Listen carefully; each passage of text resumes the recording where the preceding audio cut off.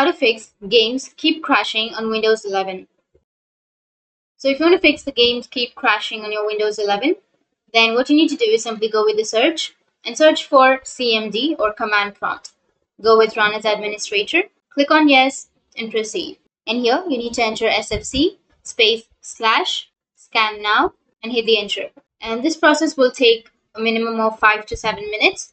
So if you've already done this, then you need to do it again because we will be doing it sequence wise and it will be effective. So once you've typed SFC space / scan now, hit the enter and it will start scanning the whole computer, and if there is a bug or a problem, then it will be fixed. Now once you're done, you need to restart your computer and then move to the next step.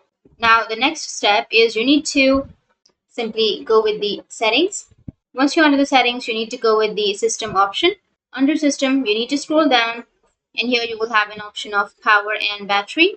Go with power and battery, and here you will have an option of battery saver or the power mode.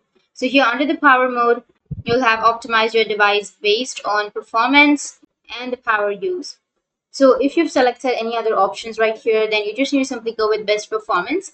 Once you choose the best performance, now close it out. Now select the start icon again, go with run, and here you need to enter sysdm.cpl. Hit the enter. Once you hit the enter, you will get this kind of interface. Now select the advanced option. Under advanced, you will have the performance, right? So under the performance, you just need to simply go with the settings. Click on settings, and under settings here, you need to choose an option of adjust for best performance. The moment you select it, you just need to simply go with apply and go with OK.